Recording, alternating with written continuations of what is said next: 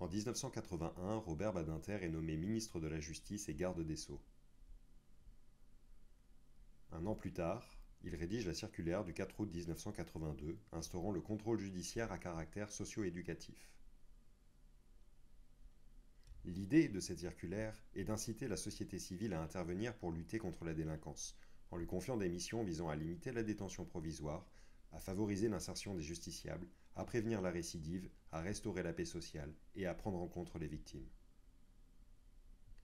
Cette circulaire est à l'origine du développement du secteur associatif socio-judiciaire et par voie de conséquence de la création de la Fédération Citoyens et Justice.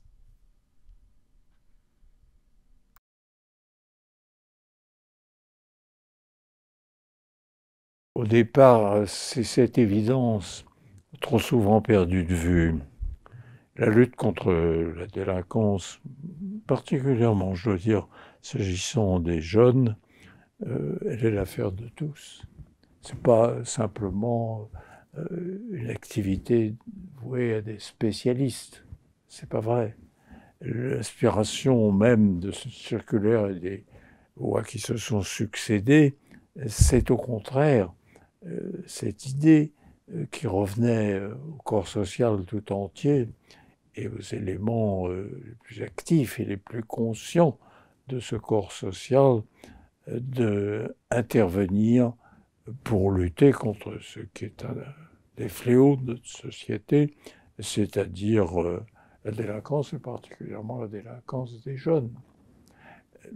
À partir de là, comme en 81-82, le budget de la justice était, disons, extrêmement modéré et qu'il était difficile d'obtenir des crédits plus larges.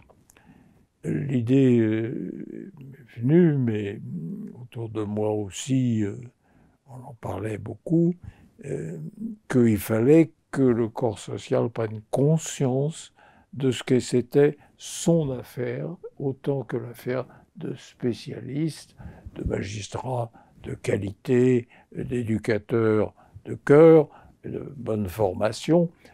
Ça devait dépasser ce cadre qui est profondément voué à être étatique. Il fallait imprégner ou faire naître dans la société qu'on appelle civile, dans la société civile, cette conscience que la lutte contre la délinquance et, disons-le aussi, l'activité socio-judiciaire était l'affaire de beaucoup, sinon de tous. Et voilà.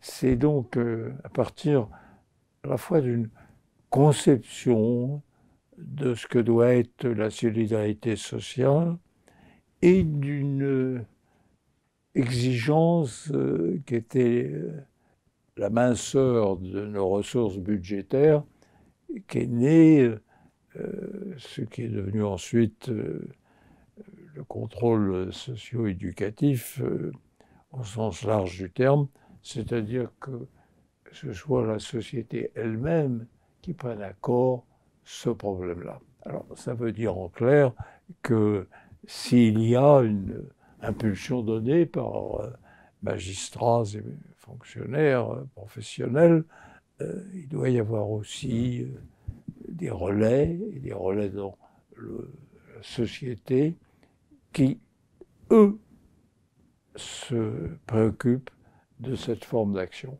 Parce que les seuls spécialistes ne sont pas assez nombreux et les bonnes volontés, si elles sont plus communes, ne sont pas aussi formées, compétentes et orientées que le sont les professionnels. Donc c'est cette idée forte, simple, il faut impulser à l'intérieur de la société cette, ce sentiment, cette exigence que la lutte contre la délinquance est l'affaire de tous. J'entends au niveau de la prévention, pas de la répression. La lutte contre la délinquance est l'affaire de tous. Et de là, avec notamment ceux qui travaillaient à cette époque avec moi, Madame Ezrati, M. Colcombet, M. Favard, là, tout le reste a suivi. Mais je dois dire que le résultat sur ce point a peut-être dépassé nos attentes, sinon nos espérances. J'étais convaincu que c'était une mission première à confier aux bonnes volontés, mais aussi à l'ardeur de la société civile. Mais je ne pensais pas qu'il y aurait une réponse aussi intense et aussi favorable. Le résultat, c'est les félicitations que j'adresse à tous ceux qui ont contribué à ce qui est aujourd'hui un succès. Alors, succès, on n'atteint jamais le résultat espéré.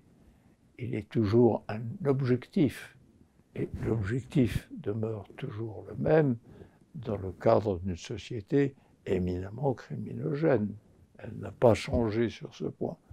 Mais la prise en compte par les militants de ces associations de ce qu'est la réalité, de s'y consacrer, je devrais dire de s'y dévouer, est un facteur très positif. Très positif parce que cela diffuse dans le corps social cette conviction que oui, on peut lutter contre la délinquance, oui, il n'y a pas besoin de construire des prisons, oui, il faut évidemment y mettre et du cœur et du temps et un petit peu de moyens aussi. C'est autant de principes qui demeurent constants. Dans le cadre de cet effort et dans cette perspective, l'idée que ce soit la société civile qui relaye le travail très consciencieux et difficile conduit par les personnels de justice, c'est une idée forte. Je le pense, et pas seulement s'agissant de la prévention de la délinquance, c'est une idée forte. On dit souvent rendre la justice au nom du peuple français. Il faut bien mesurer que chacun d'entre nous, à sa place, a ce qui devient pour lui une conviction et un engagement. Chacun d'entre nous peut ainsi contribuer à l'effort commun qui est la seule voie ouverte pour réduire la délinquance. Et je retiens à remercier toutes celles et tous ceux qui ont eu à cœur de, je dirais, prendre et lever haut le flambeau ainsi que nous avions très modestement allumé. C'était peut-être une petite branche, il y a de cela plus de 40 ans maintenant. Donc, merci et continuons.